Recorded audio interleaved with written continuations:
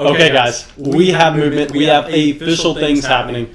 And I literally, this morning, just got done making a fantasy basketball video with some trade targets, and it looks like I may not be able to upload that video anymore because things are already happening. So what I'm going to do instead is every single trade that we get, I'm going to go live. I'm going to give you all my instant reaction. I'm going to give you my fantasy basketball impact. So what I will say is for everybody that is subscribed to the channel, but more importantly, everybody that has that notification bell hit next to the subscribe button, this is going to be for y'all. This is where we can go through. We can try to answer questions. We can do everything that we need to. And this first trade is going to be a massive one. This is Nikola Vucevic was traded to the Chicago Bulls. Obviously, that is the biggest piece in the deal. So, of course, we're going to talk about what it means for him. We're going to be talking about what it means for the other players on the Magic, including the other players that are being sent in the trade. But anyway, let me see who's out in the live stream right away. We have Talul, we have Seal, we have John, Daddy, Jacob, Dwight. Thank y'all all so much for coming out right away. I'm sure that we are going to have more people. And I see that we already have so many likes on the live stream. Thank you for everyone who has decided to drop that like. But anyway, let's pull up the details of this first trade that we're going to be breaking down. Okay, so pretty much the Magic are sending to the Chicago Bulls Nikola Vucevic as well as four Otto Porter Jr., Wendell Carter Jr., and 2 first-round picks. Okay, so Nikola Vucevic has silently been an elite fantasy option so far this season, where we are looking at this and we are going, okay, he's played a ton of games, he's been available to you every single night, and we know that he was also not someone that you were having to spend that first, second-round pick on, so he's provided you a ton of value. I mean, from the field, he has shot 49%, and what is most important for the big man is the fact that he is making threes at an incredible rate, where he's averaging over 3 3-point shots made a game, as well as averaging 4 assists, 12 boards, and 28 points. So if you look at value over replacement for those category formats, he's up there in the top 10. He is a top 10 asset. You throw in the fact that not only is he a top 10 asset in what he's providing you on a per game basis, but also with the fact that he is coming through and he is playing this insane amount of games. You could make the argument that he has been a top 5 most impactful fantasy basketball asset up to date. Now, in the case of Aminu, if we were just going to be looking at him, obviously, even though he's going to Chicago, still not going to be someone that you're going to get too excited about. He was only playing 18 minutes a game in Orlando, and he was not necessarily coming through with an insane amount of production per minute, so don't have to focus too much in on that. What we can go is we can go to the other side of this deal. Let's look at Otto Porter Jr., who I know a lot of people were excited about, but at the end of the day, he was only seeing 22 minutes a game so far this season, so he's kind of like that Draymond Green type character where he is giving the team a lot of stuff that's not necessarily showing up with his points scored. He is playing very well, and I think that it makes a lot of sense for the Magic to go out there and get him, possibly to try to develop some younger talent. And Wendell Carter Jr., talk about younger talent. I mean, someone that has been incredibly impressive so far at the center position. Then I will say this is why we can't be too...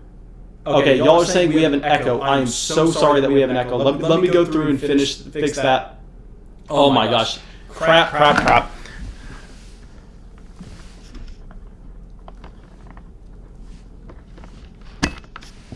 God dang it, I am so sorry that we had an echo, guys. I know that that probably ruins the video. Oh my gosh, okay, but we have a ton of things going on regardless. Okay, so let's get right back on track. Let's start talking about Wendell Carter Jr. Now, this is a landing spot that I absolutely love. I think that we are going to end up seeing the Magic kind of pull a Jarrett Allen type situation with the Cleveland Cavaliers, and where they are going out there and they are just trying to force feed him volume. They are trying to force feed him opportunity. I'm going to be very excited what we are going to end up with Wendell Carter Jr. So if you can go out there and try to trade for him on the low, that's something that we're going to be looking out and doing. He was already seeing 33 minutes a game in Chicago, so not necessarily going to be just a drastic change.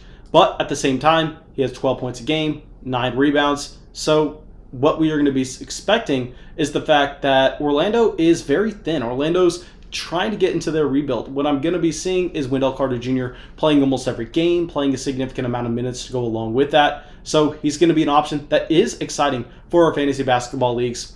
But let's go through and let's talk about a player in Terrence Ross that I'm actually going to be very excited about for the Magic, because yes, they added Otto Porter Jr., but they traded away Aaron Gordon. They traded away Aminu. They traded away Nikola Vucevic. So I think we can look at a Terrence Ross, also Evan Fournier off the roster. I think Terrence Ross is going to be seeing a large jump up with his minutes. We are going to see a large jump up with his usage rate in this rotation. So Terrence Ross is going to be the real winner here, with everybody getting shipped out of Orlando. Okay, now let me go to the general chat real quick. Yeah, I'm so sorry, guys, that the audio was messed up. If y'all can, please help me out. I'm assuming that this video is going to be very poor just because the audio was messed up. So if y'all can try to save it at all by dropping a like, that would mean a ton. And what I think I'm going to be trying to do here is we're going to try to be breaking down these videos into specific instances of trade. So I don't want to focus in on Aaron Gordon getting traded. I don't want to focus in on Norman Powell. We'll do those in separate live streams. I'll probably do that in about 5 minutes, literally in this live stream, start a new one. That way they are different videos. But here, let's also talk about Evan Fournier, because he is also a player that was just recently moved to the Boston Celtics for 2 second-round picks. Now, this is a deal that I love for Boston. We know that Boston has needed some wing depth. And what I will say here is Evan is obviously a player that doesn't necessarily need to play on the ball as much as most other guys that you'd be expecting to be a high priority trade target. He is a great off the ball player. So I'm viewing him kind of as a poor man's Gordon Hayward, where I think that he's going to be able to come in, he's going to go to Boston, and the volume is not going to be there. I will say this is definitely going to end up hurting his fantasy basketball value, just because in Orlando, I mean, they really had so many injuries. They had so many things wrong with that rotation that they were having to ask him to put up a decent amount of field goal attempts. They were having to try to run their offense through him, where I'm not going to be expecting the same thing in Boston. Obviously, Boston has both Jason Tatum as well as having Jaylen Brown. So here, I don't necessarily think we're going to see that same type of high usage rate. So if you can go out there and sell him, that's something I'm going to be looking to do. Now, I will say in a category format, I'll be a little bit more hesitant to do so, just because we understand that, yes, the volume may be down, but because he's surrounded by more talented players around him, I'm going to be expecting that we are going to see his efficiency go up, because defenses aren't going to be able to key on him as much. They're not going to be able to game plan around him as much. Okay, so let's go through and let's see if we have any questions regarding this trade in the general chat. Guys, I don't want to focus in too much about other trades that are happening. Like I said, literally just stick on the channel. We're going to be live streaming, breaking down every single trade. Let's see if we have any questions regarding this trade. And I will say, let's go back to Nikola Vucevic real quick, and let's talk about what I'm going to be expecting in Chicago. I've talked about how he has been an elite asset so far, and Chicago is a good landing spot in that they are going to be having to continue to run their offense through Nikola, and obviously they are going to be planning on doing so by paying this premium for him. And it looks like Chicago may not even be a play-in team in the East anymore. It looks like Chicago may be a top 6 seed in making that push for their NBA playoff appearance. So Nikola Vucevic, I'm going to be expecting him to continue to see a large amount of minutes played. I'm going to be expecting him to still have their offense run through him. But I think that we are going to end up seeing a few growing pains, especially if this team also ends up trading for Lonzo Ball. I think that with so many moving pieces, you can't necessarily expect him to just go with exactly what he was providing you in Orlando. So I would expect a slow start. But by the time we get to the fantasy basketball playoffs, in that case, I think we are going to be very excited about what he brings. Okay, so Dwight coming in and asking, are we going to be going with Terrence Ross over Graham or KPG? Yes, go with Terrence Ross over those options. I am going to be extremely high on Terrence Ross now.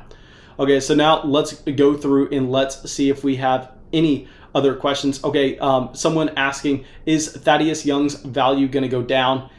With Thaddeus Young, it's going to be a little bit hard. He wasn't necessarily an elite option for you to begin with. I understand that he was a nice rotational piece, a nice depth piece, but I think Chicago is not necessarily done making moves. So while we can try to project it as it stands currently, I think it would be much better to visit that question in just, let's call it 5 or 6 hours. Like I said, guys, we're going to be live streaming a ton today. Just make sure you have that notification bell hit next to the subscribe button. That way y'all can come out here And gosh dang, I feel so bad about that audio being messed up. But anyway, let me see if we have any last questions regarding this trade. I will say here, don't necessarily love this trade for anyone in particular outside of Terrence Ross, because we know the players involved probably going to take just a little bit of time to get acclimated, especially with practice times being kind of cut this season with all the COVID protocols.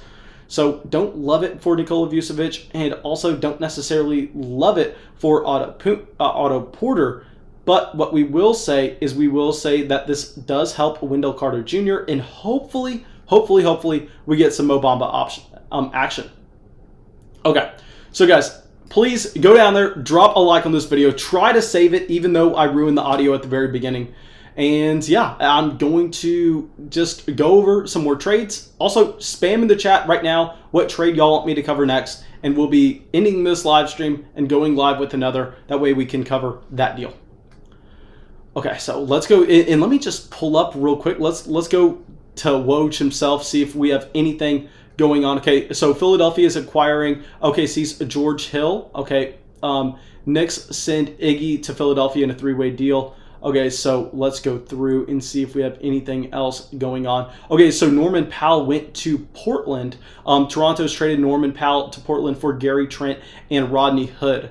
Okay, Philadelphia is acquiring George Hill for Tony Bradley, Terrence Ferguson, and 2 future second-round picks. Okay, Miami is sending Mo Harkless and Chris Silva to the Kings. Okay, let's go, guys. Let me know what deal y'all want to see next. I'm going to be ending this live stream. I'm going to be starting a new live stream with a new trade. So please just go over there. It looks like y'all want me to go over the Norman Powell deal. So yeah, just make sure y'all are subscribed to the channel and have that notification bell hit, and I'll be live again very, very soon.